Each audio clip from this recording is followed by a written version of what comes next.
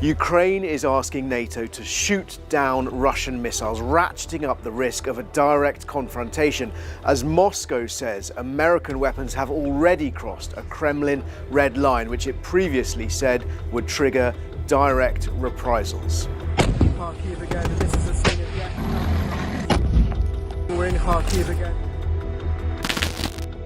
My name is Jerome Starkey. I'm the defence editor at The Sun newspaper, and this is Frontline, your weekly roundup of the most important news from the war in Ukraine. We're starting today with Western weapons and what they're used for in Ukraine, because that is the topic that has got both Kyiv and the Kremlin animated, and we can see why, because those weapons have made such a difference throughout the course of this war. There is some really dramatic footage at the moment of American ATACMS weapons, one of the newest missiles delivered by America to Ukraine, taking out a Russian S-400 battery. And the S-400 battery is one of Russia's most sophisticated, it is Russia's most sophisticated air defense battery. And what we can see is that a battery is being surveilled by a Ukrainian drone. So a drone is in the sky, seemingly undetected, watching this battery fire. It appears to exhaust its missiles. It is then struck by a volley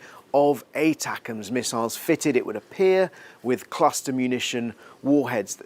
At least two, possibly three S-400 launchers are destroyed, as well as the radar it uses to detect incoming missiles and the command and control center. Now, this is just one vignette of the conflict shown to us through this drone feed, but nonetheless a salient reminder of how powerful these ATACMS missiles can be. Those same ATACMS missiles were used just last week in an attack on Sebastopol, the capital of Crimea, sinking, we understand, a Russian corvette. The Russian Black Sea Fleet has been hammered by Ukraine often using some of its own developed sea drones like the Sea Baby and the Magura 4, but also with Western weapons. We've seen just recently with those ATACMS, and before that with the British supplied Storm Shadows and the French Scalp cruise missiles. Now,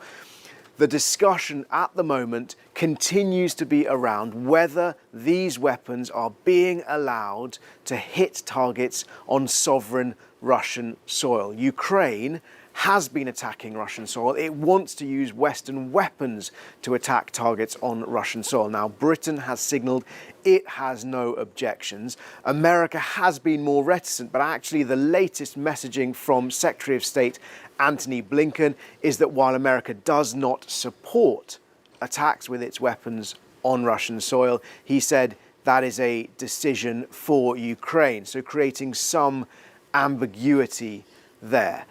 What Ukraine is asking for, what we understand President Zelensky is asking for, as well as wanting to be able to use these weapons to hit targets on Russian soil, is he wants NATO to shoot down Russian missiles. So for NATO to use its air defense capabilities to shoot down Russian missiles over Ukrainian territory. Now, these are two slightly separate things. The reason Ukraine wants to be able to hit targets in Russia, particularly in areas like Kharkiv, is because you cannot only fight your enemy on the front line. Both sides are engaged in a conflict where they fight at the front line, where it's awful, where it's bloody, where it's trenches, it's horrific, but also much deeper, where they try and strike each other's logistics to degrade their ability to bring men and munitions, armour and material to the front.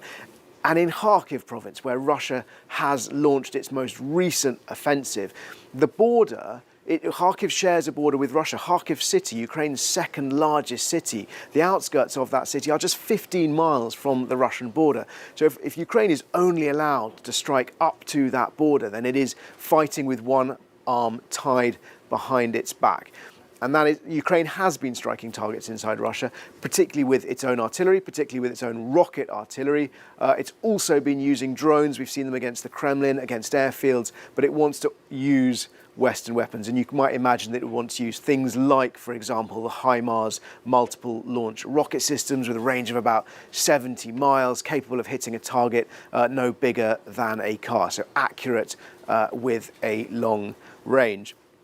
Moscow has made it very clear that it would see the use of US weapons and indeed British weapons against targets on its soil as a direct escalation. And when we saw Britain's Foreign Secretary David Cameron signalling that Britain did not have an objection to this, and Defence Secretary echoing that message, Moscow announced nuclear drills. Now that was its attempt to send a clear warning.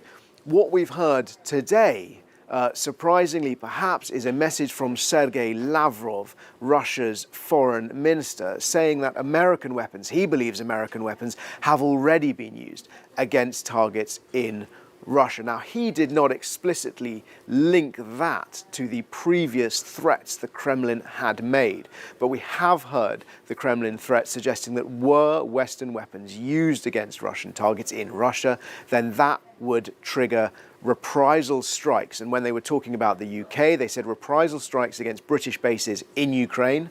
There are no British bases declared in Ukraine, and British bases outside Ukraine as well. So this is once again a fraught situation where Ukraine is asking for, seeking a capability which many would say is entirely justified, because remember, Russia is using weapons from Iran, weapons from North Korea, and we understand weapons from China to blitz targets right across Ukrainian territory. So why should Ukraine not be allowed to use weapons from its allies to strike back at its enemy? That is certainly the Ukrainian position. There remains a degree of ambiguity over exactly how Ukraine is using those weapons, how it's going to be allowed to use those weapons. And as ever, like before, we will continue to keep you updated on that subject. On the question of China, Britain's Defence Secretary Grant Shapps said this week that he believed he said he was declassifying military intelligence from both the UK and the US, suggesting lethal aid was flowing from China to Russia. He considered it a significant development, and he said it sort of blew out of the water Beijing's previous claims to be a handbrake on Russia's invasion. Beijing has before tried to present itself as a moderating influence on Moscow, but what we've seen over the course of this conflict is ever closer ties between Vladimir Putin and President Xi Jinping.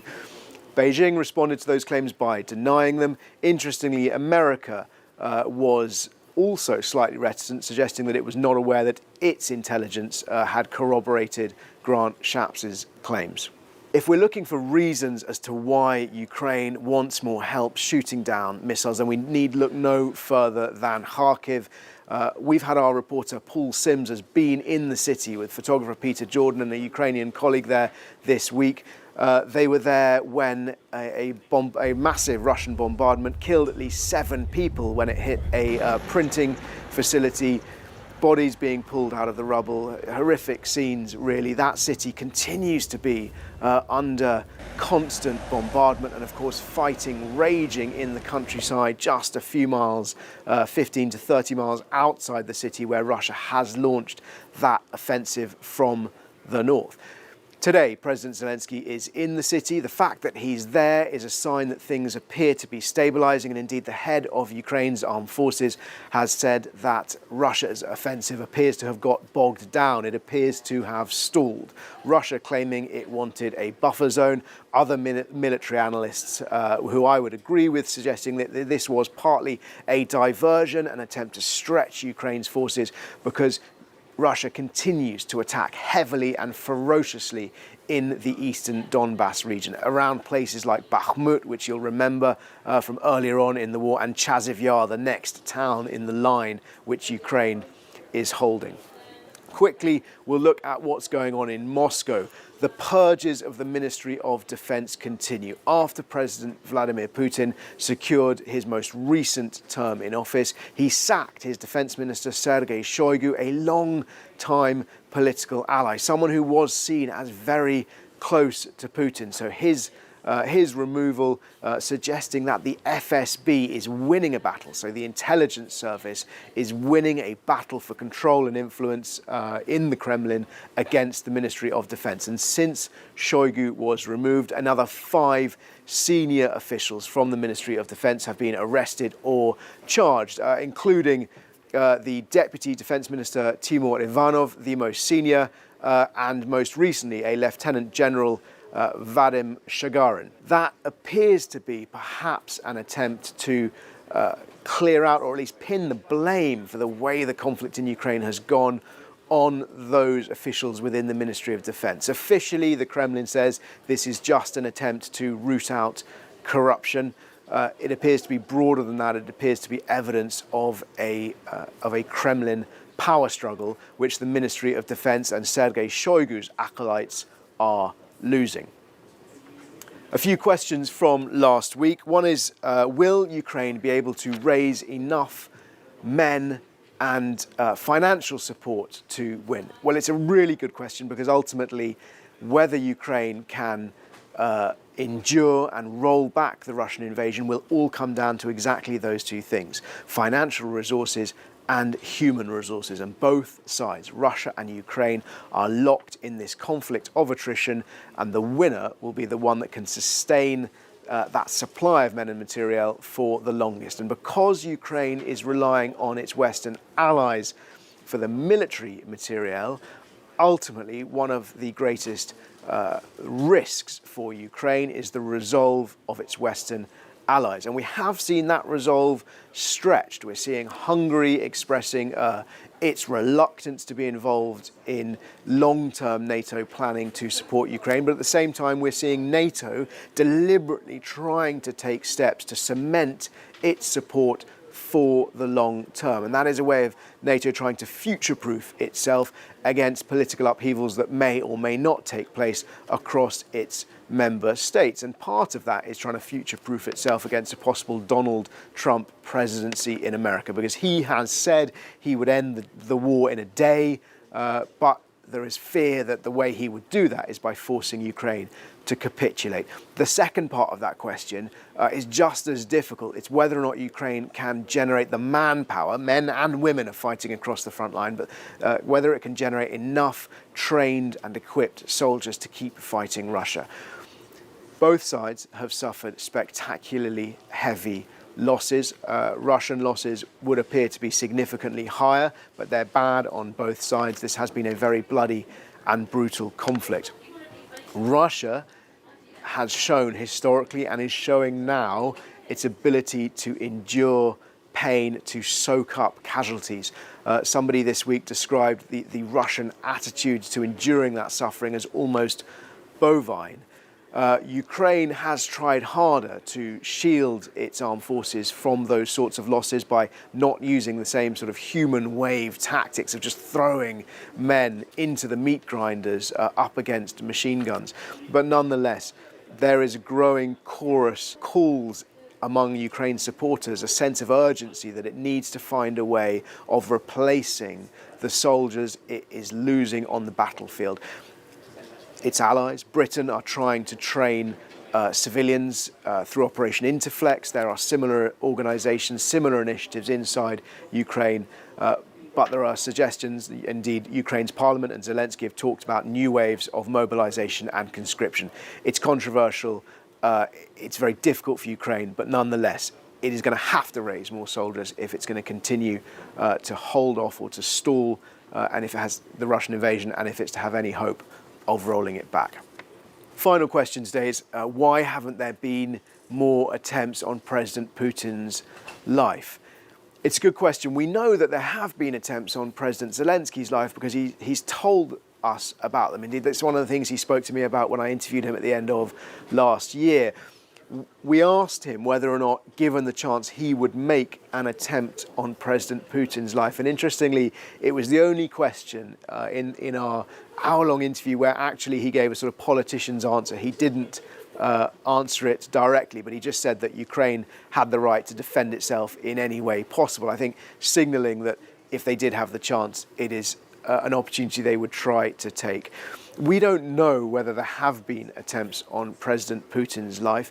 We know that he is surrounded by incredibly tight security. It's worth remembering, though, the attempted coup by the Wagner mercenaries. When Yevgeny Prigozhin drove his mercenary army towards Moscow, spreading panic that the Kremlin, that Putin could be toppled by force. Now that fizzled out, but it was a sign. It gave us an insight into perhaps some of the anger within Russia, sort of even within Russia's highly nationalist quarters who support the war in Ukraine, that they may have wanted to replace Putin by force.